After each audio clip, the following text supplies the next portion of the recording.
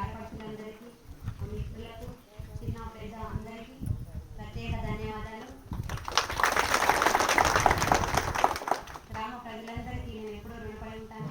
మా పైన నమ్మకం ఉంచి మాకు అవకాశం ఇచ్చినందుకు అందరికీ ప్రత్యేక ధన్యవాదాలు.